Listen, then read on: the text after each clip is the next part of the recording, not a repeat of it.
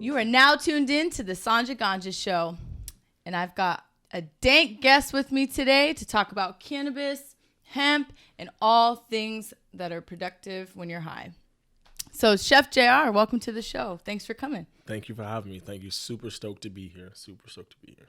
It's a pleasure because you have indulged me with all kinds of great food, and that's exactly what we're going to talk about today because it's important to be a productive pothead and know what you're cooking. And right now, I am extremely baked off of some wonderful edibles that you gave me today. I'm glad you enjoyed everything. I'm glad you enjoyed it. That's the good one. And we're going to talk about that on the show. So why don't you introduce yourself and tell us what your occupation is and all the epic things you've been doing in the food world right now. Awesome. Well, I'm Chef JR. Most people know me by Chef Homboyardee. If you guys are on the World Wide Web, you can find me that way. For disclosure reasons, I can't say every place I worked at, but I'm well known in the Austin area. I do a lot of teaching. I've been teaching food literacy to underprivileged youths and children, as well as adults. One of the biggest misconceptions just around everything is just how much food you need and the portions and quantities and freshness and things of that sort. And we'll talk about that as well and how cooking with cannabis affects those things and how all of those misnomers play together and how you make cannabis related food items. That's kind of me in a nutshell. I love doing this. I feel like I discovered this kind of bubble way before it became cool. Tomorrow, my ideas. And now I'm just like, you know what? Let's go. You're doing it. Yeah, let's go. Absolutely. And that's why I wanted you on the show to set an example because on the Sanja Ganja Show, that's what we want to do. We want to break the barriers of all the negative stigmas of being a pothead or someone who utilizes CBD. And we live in Texas where CBD has now become legalized. And, you being from here and living here the last few years, in Austin, have you seen just a huge influx of just CBD everywhere, especially in food? I have. I've seen it everywhere. In the foods, not as much. However, the drinks. There's a few kombucha companies that are lacing the kombuchas with CBD. Two of the restaurant groups that I've been a part of over the last year or two, they serve it openly in their restaurants, and it's become a really big thing now. And right now, I want to say there's at least that I know of. There's hundreds of restaurants in Austin, but well-known restaurants. There's probably about a good 5 or 6 right now that are crushing it, and their sales and kombucha laced CBD is pretty hot. I mean, I miss having kombucha on tap. Being from Colorado, we used to have the Keef Cola shots, so we would take shots of THC instead of shots of vodka or whatever. And I'm telling you, I couldn't even speak a full sentence by the end of the night. Oh man, that sounds like a bittersweet time. No, seriously. So tell us about when you first started medicating and why you medicate on either or CBD or THC or both.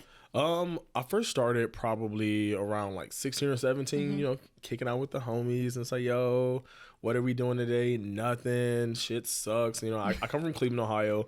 Ohio. OH baby.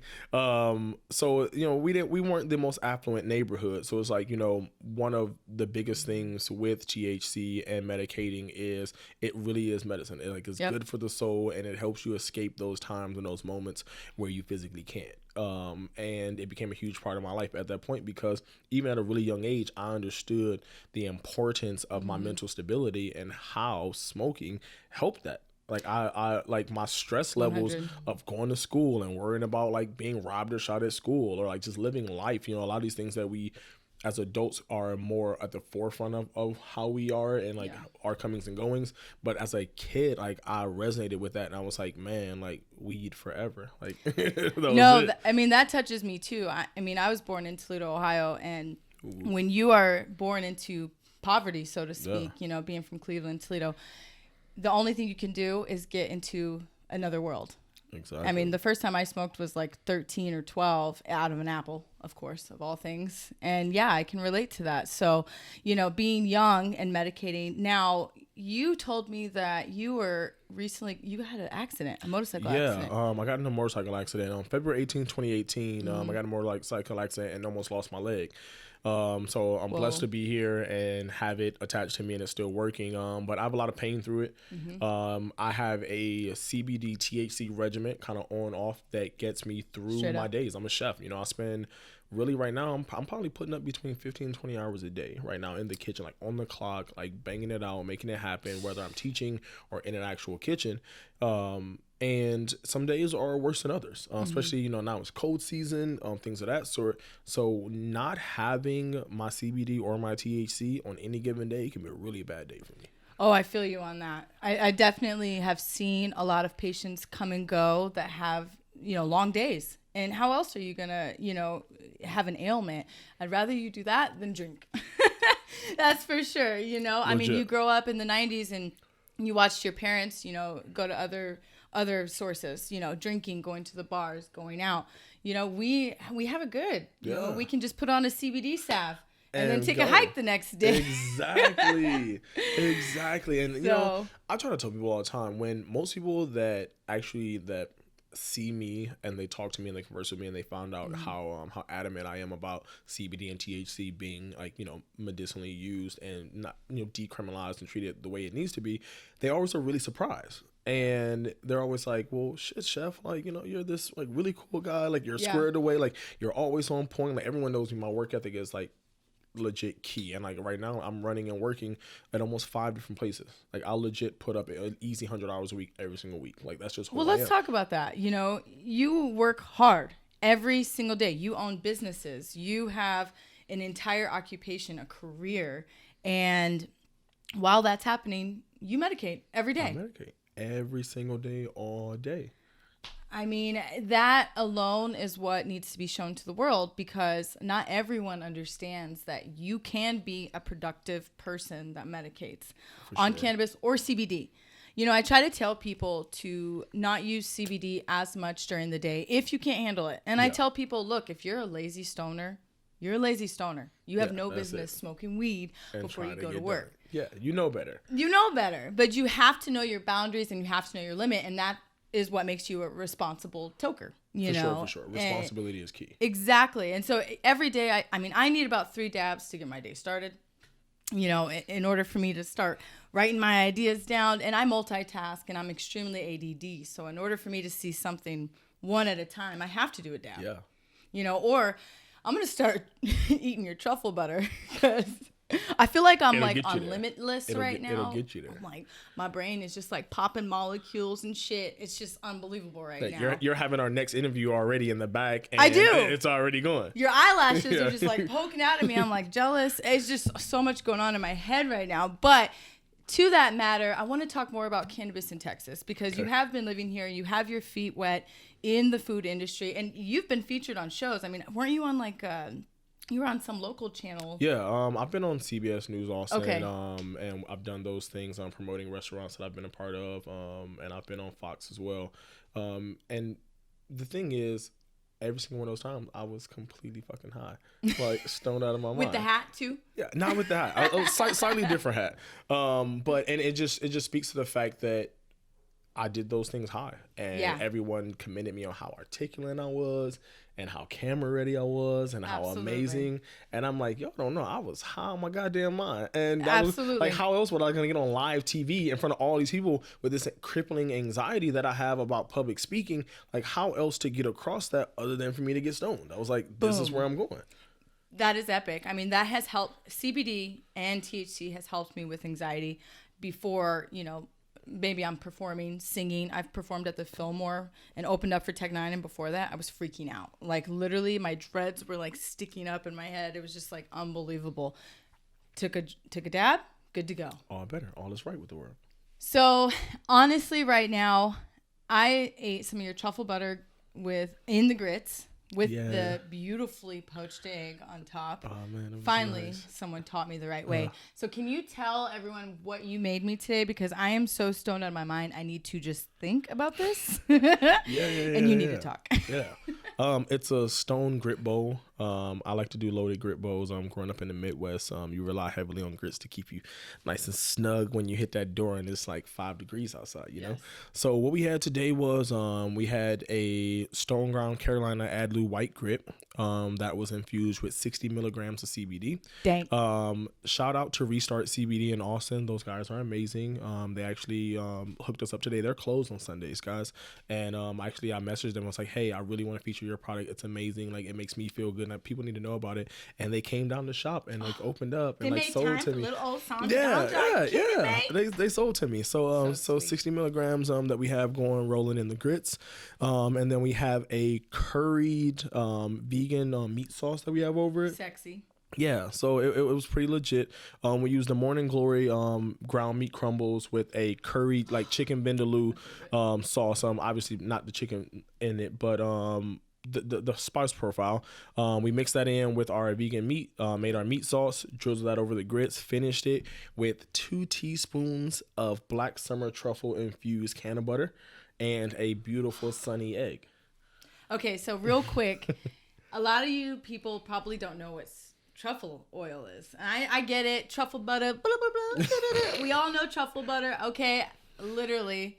But truffle butter is literally one of the most exotic, sexiest things to go in your mouth since Halle Berry played in Monsters Ball. So seriously, I'm not kidding you. Tell me again how you get truffle butter.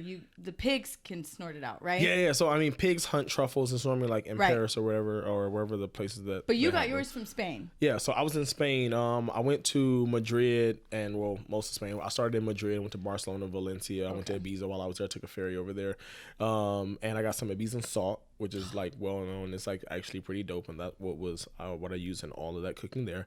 But I got some black summer. I got 10 grams of black summer truffle and Sicilian sea salt, and that's how it was stored. It's just pure sex. That's what it is. It's one of my favorite things to cook with, and it's amazing. And I cook that down in there. That has probably maybe 3 teaspoons of that, like total, in the whole entire mixture. So total milligrams of THC in the whole bowl that we ate. Man, because I'm ready to F it up again. Like legit 450 milligrams. Whoa! So Sanja Ganja dove right into the butter. Yeah. So I have no idea how much I've intaked right now. That's heavy cream infused with THC. Okay. That's the oil. That is my butter. So that's everything. Yeah. And the stock of my grits is a chicken stock and heavy cream, but the heavy cream is infused with THC. And I've got a dope process for that. Like, who doesn't want to have your weed cookie and some weed milk? Well, and that's something we were talking about before the show started. Is everyone thinks your edibles have to be sweet. It doesn't need to be candy. It doesn't have to be cookies. Although we have munchies, we have cookies here, but it doesn't have to be.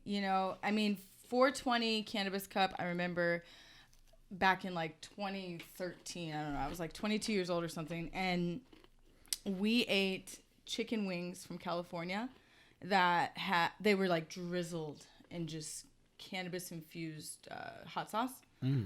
Now I was out of my mind. I couldn't go back to the dispensary and work. I was like, please take over for me, I'll be back tomorrow. I had to go home. I had to call. Uber didn't exist back then, I don't think. So this might have been 2018 or something.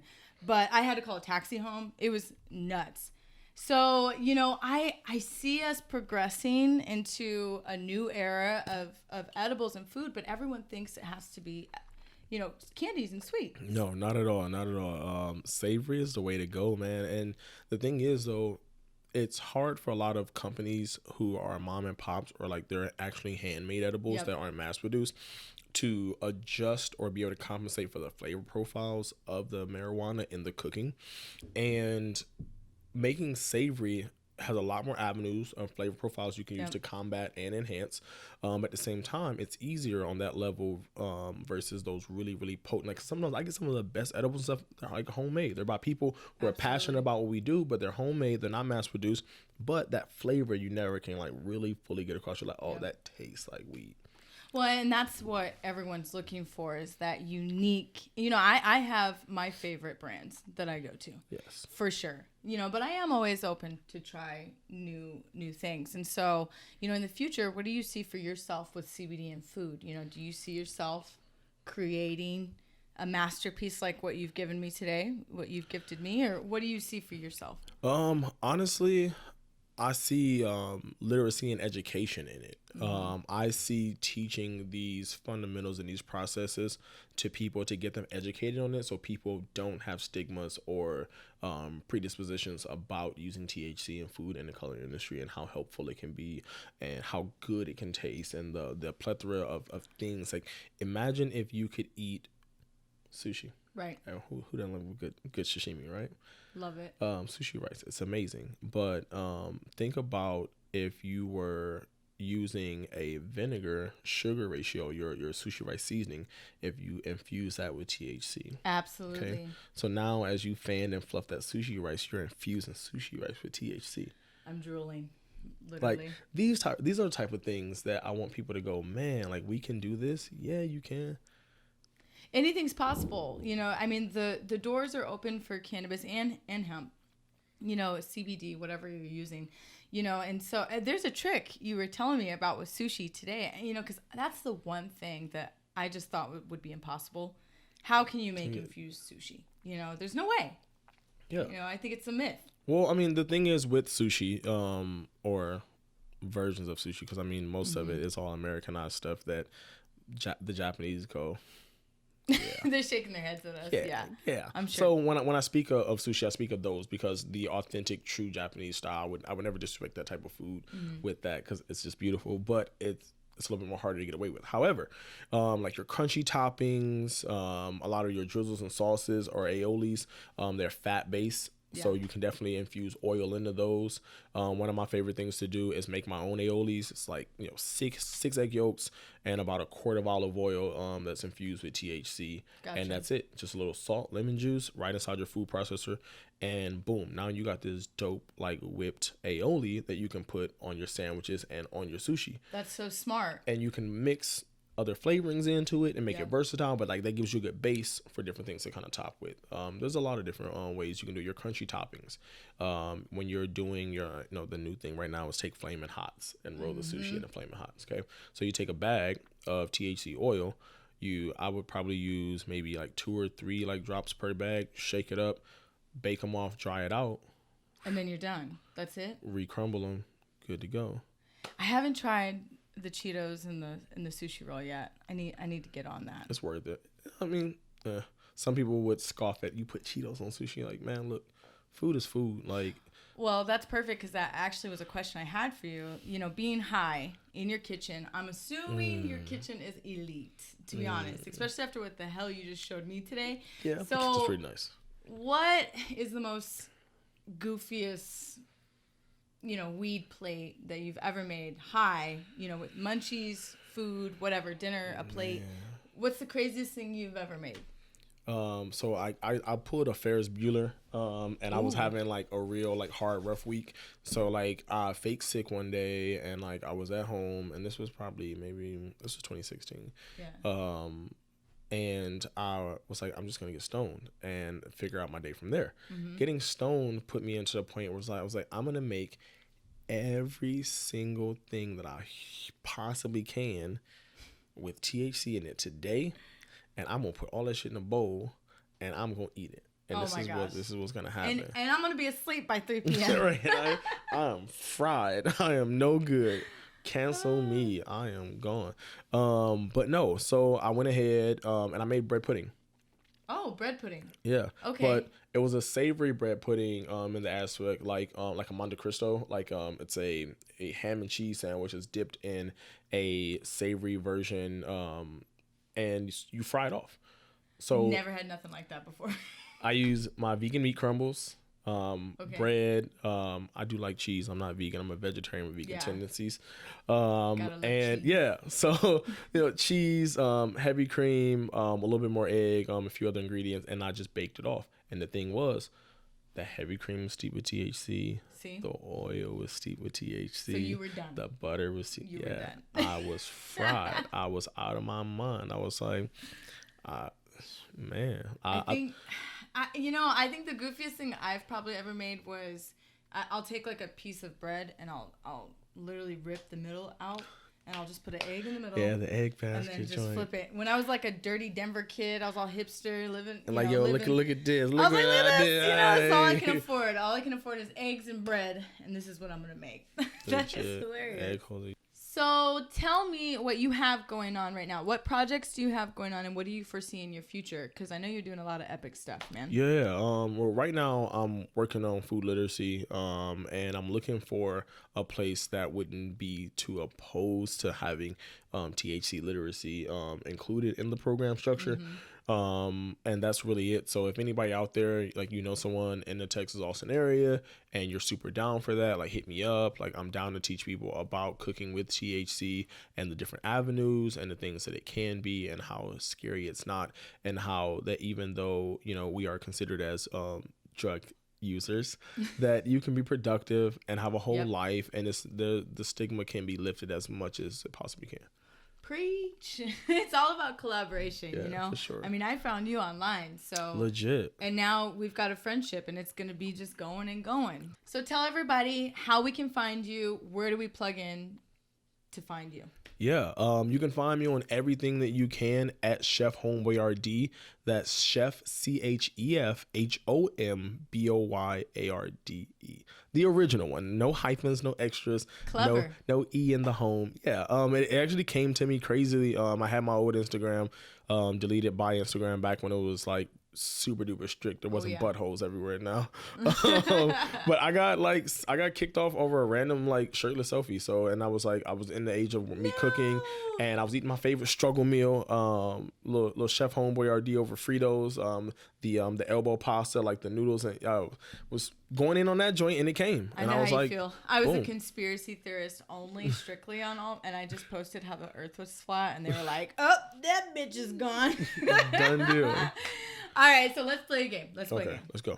So, what is your strain name? So, on this game, what you do is you use your first initial, your last initial, and then your birth month. Okay. And so, we've got a little guide here.